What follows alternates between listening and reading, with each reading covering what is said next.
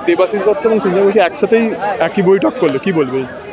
অবশ্যই আমরা মোহনবাগানের সাথে সবাই এখন একত্রিত হয়েছি, আর মোহনবাগানের ভালোর জন্য যেটা করা দরকার সেটাই আমরা করছি। আর যেটা দেবাশিসদাও বলেছে যে উনি একটা বেস্ট টিম তৈরি করতে চাইছেন সব কিছু মিলে, তো সেটাই তৈরি করা হয়েছে। এটা দেখা যায় যে এক্স প্লেয়ারদের অতটা ডাকাডাকি হয় না ক্লাবে, এবার এখন সঞ্জয় বসু এসছে সেইখানে, কি মনে হচ্ছে এই জায়গাটা?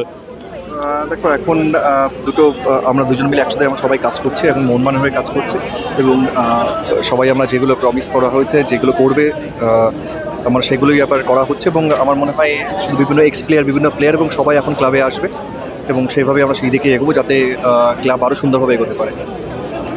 যেটা দেখা যায় যে পড়শি ক্লাব ইস্ট বেঙ্গল, সেখানে মহিলা দল পরপর দুটো শিরোপা জিতে গেল, এইদিকে আই লিগ আর একটা কন্যাশ্রী কাপে, কিন্তু সেই ক্ষেত্রে মোহনবাগান তেমনি এখনো মহিলা দল গঠন করতে পারেনি।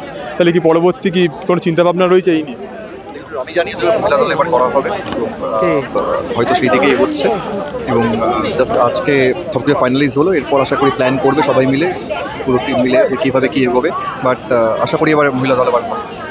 পরবর্তী এবার কি মনে হচ্ছে এবার সঞ্জয় বসু কেমন কি পদক্ষেপ নিতে চলছে ক্লাবের প্রতি? এটা কোনো একা গোষ্ঠী নয়, এটা দুজন মিলে আমরা সবাই মিলে একসাথে কাজ করছি, এটা কারোর একটা গোষ্ঠী নয়।